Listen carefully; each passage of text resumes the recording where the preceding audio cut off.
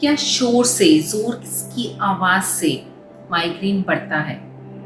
कई लोग होते हैं जो बोलते हैं हम पार्टी में गए, वहाँ के डीजे के साउंड से वापस आए तो सिर दर्द था और हमें गोली लेनी पड़ी। नमस्ते, मैं डॉक्टर ज्योति गांधी इस चैनल पे आपका स्वागत करती हूँ। बिल्कुल शोर से माइग्रेन का दर्द, सिर दर्द बढ़ता है और ये सबसे इम्पॉर्टेंट ट्रिगरर है आइडेंटिफाई करना कि क्या ये सिर दर्द को बढ़ा रहा है। मेरे पास एक 15-16 साल की बच्ची आई।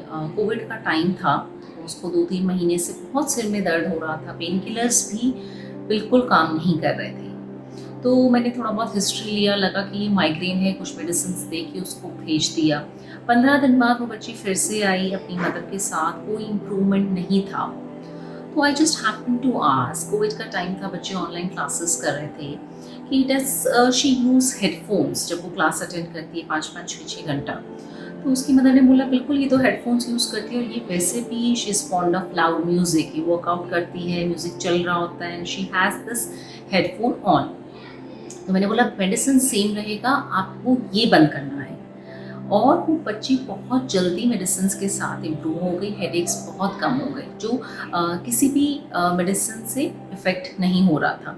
The thing is loud sounds, वो एक्सपोजर हो रहा था, कंटिन्यूअस हो रहा था, माइग्रेन था बट वो ट्रिगरर भी साथ में चल रहा था, इसलिए शायद मेडिसिन वर्क नहीं कर रही थी। तो ये आइडेंटिफाई करना बहुत ज़रूरी है, कहीं उस तरह का लाउड साउंड्स आपको तो नहीं मिल रहा। एक 25-30 ईयर पर्सन था, उसको हेडेक था कोविड में। जब वो ऑफिस नहीं जा रहा था, वो एक लैब में काम करता था जहाँ पे मशीन्स का बहुत शोर होता था, तो वहाँ पे वो नहीं जा रहा था, तो उसे हेडेक भी नहीं हो रहे थे।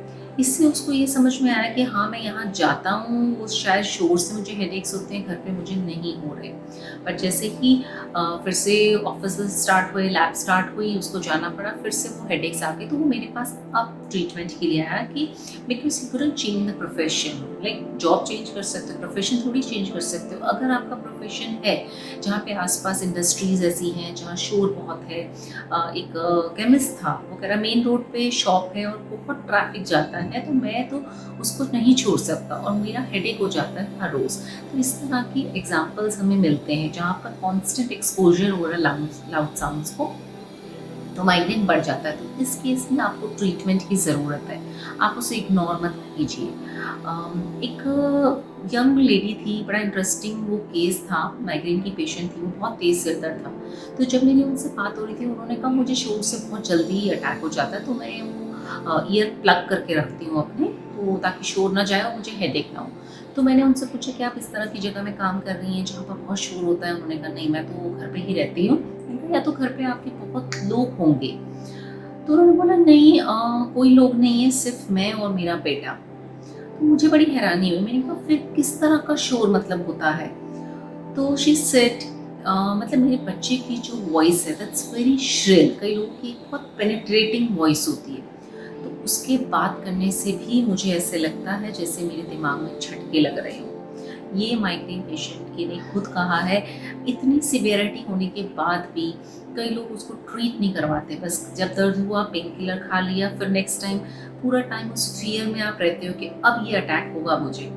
सो migraines are yes very easy to treat. इस तरह के केसेस में हम मेडिसिन देते हैं, अटैक्स कम होते हैं, इंटेंसिटी कम होती है, सिवियरिटी कम होती है, और फिर इस तरह के साउंड से आपको, क्योंकि माइग्रेन है, साउंड से ट्रिगर कर रहा है, sound is not the cause, migraine एक इफेक्ट है, उसके पीछे का ये रीजन एक कॉज हो सकता है। तो माइग्रेन ट्रीट करवाना बहुत ज़रूरी है। Thank you so much for watching this video.